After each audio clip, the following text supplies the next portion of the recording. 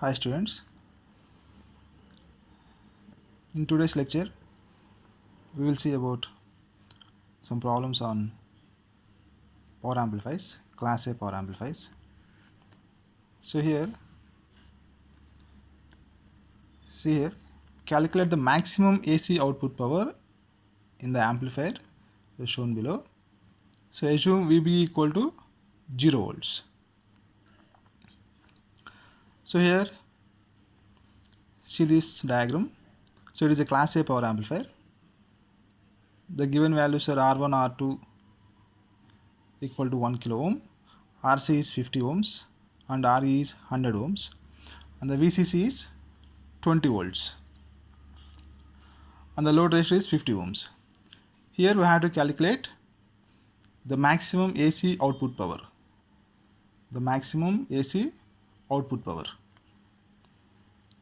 So the AC power in class A operation can be calculated by using this formula. P naught equal to VCEQ ICQ by 2. So VC is the collector to emitter voltage and IC is the current flowing through the collector. So by using this P naught equal to VCEQ ICQ by 2, we can calculate the output AC power. So here ICQ equal to IE, we can say that the collector current approximately equal to emitter current.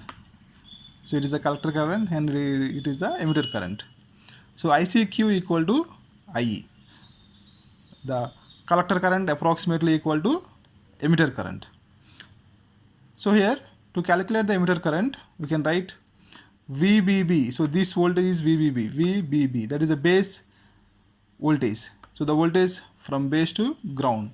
So this voltage is VBB and the voltage between base and emitter is the VBE, that is the base emitter voltage. So to calculate emitter current, we required this voltage, that is VBB and VBE. So by using these two voltages, we can calculate the emitter current. So that is IE equal to VBB minus VBE by RE.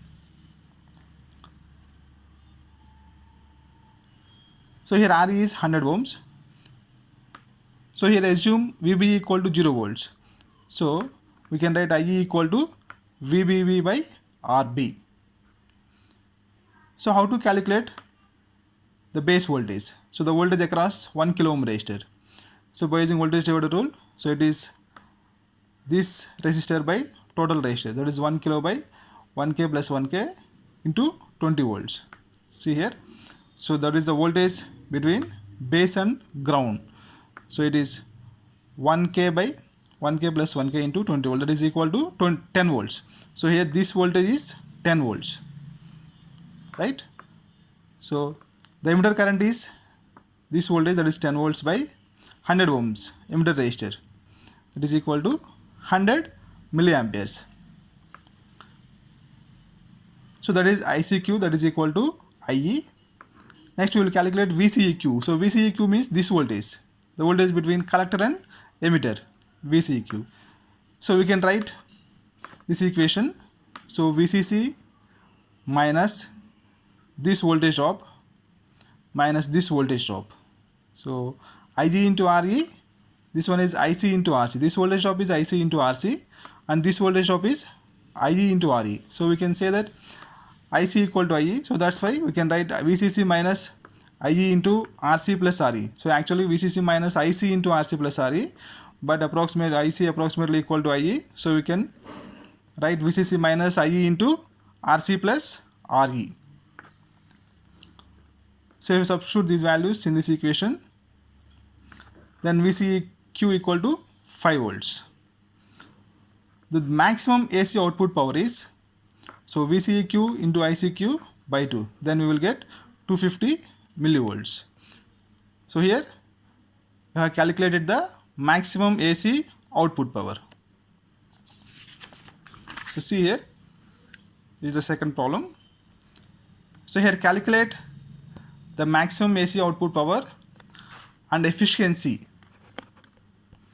maximum AC output power and efficiency of the amplifier. So in this circuit there is no collector resistor, there is no biasing resistor. So no collector resistor and there is no biasing resistors.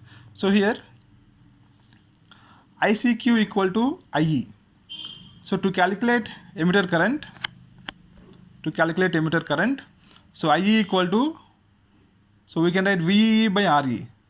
The voltage across, this is the VE voltage, so that is supply voltage. So we can write ICQ equal to IE, that is equal to VE by RE. So here VE is 10 volts. If you take magnitude, so 10 volts by 10 ohms, then we will get 1 ampere. And VCEQ equal to VCC, so that is 10 volts. So here we don't have any collector resistor and biasing resistors R1, R2. So the maximum AC output power is, so we know that VCQ into ICQ by 2. So the output AC power is VCQ into ICQ by 2. So that is equal to 5 watts. So to calculate the efficiency, we require input DC power also. So input DC power, to calculate input DC power, we require VCC, that is VCC equal to 10 volts. Here we are having plus VCC and minus VEE. So combine these two. So mod VCC plus mod VEE into ICQ. If we have only VCC, then PDC equal to VCC into ICQ. But here we are having two power supplies. So the DC output power is, DC input power is VCC plus mod VEE into ICQ. So by using these two powers, input power and output power, we can calculate the efficiency, that is output power by input power, that is a P0 maximum by PDC, so into 100, then we will get 25%, right? So now we will see about class D power amplifier. Class D power amplifier. So it is a class D power amplifier. So in this diagram, so we are having sawtooth generator. It consists of sawtooth generator, comparator, amplifier and low pass filter. So before processing the input signal, the analog signal is converted into a pulse stream by various modulation techniques and then applied to the amplifier system. So before processing the input signal, the analog signal is converted into a pulse stream. The analog signal is converted into pulse stream by using different modulation techniques. So after that it is applied to amplifier system. So here this pulses duration is related with the analog signal and it is again reconstructed using low pass filter. So class D amplifier is a switching amplifier. So in this, the conduction angle is not a factor. So in class A, class B, class C, the conduction angle is important, but in the class D amplifier, the conduction angle is not a factor. So here the analog signal is converted into a pulse stream. The analog signal is converted into a pulse stream by various modulation techniques, so like PWM, right? So class D amplifier is the highest power efficiency amplifier. So in all the power amplifiers, so the theoretical efficiency of class D power amplifier is 100%. So it has a smaller heat dissipation. So that's why the small heat sink is required to absorb the heat. So class D amplifier depends on the low pass filter. So it has a bandwidth limitations. So here it consists of sawtooth generator, comparator, switching circuit and low pass filter. So for the comparator, the output of sawtooth generator and the input signal is applied.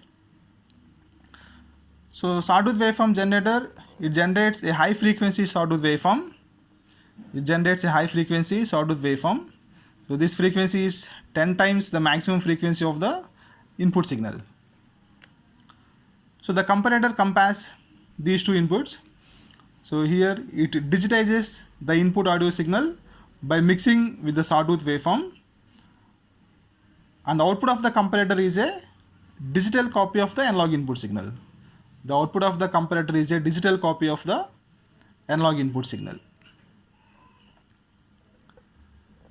So after that, it is applied to the amplifier section. So here the output of the comparator does not have the power to drive the load. The output of the comparator does not have the power to drive the load. So that's why the amplifier circuit provides sufficient voltage to drive the loudspeaker. So the amplifier circuit, so it provides sufficient voltage to drive the loudspeaker. So then it is applied to low pass filter. The low pass filter, it passes the low frequencies and it rejects the high frequencies. So here the advantage of class D power amplifier is high efficiency, reduced size, and low heat dissipation. So here heat dissipation is low and efficiency is high. So they are the advantage of class D power amplifier. When it comes to disadvantage, so it requires two stable power supplies.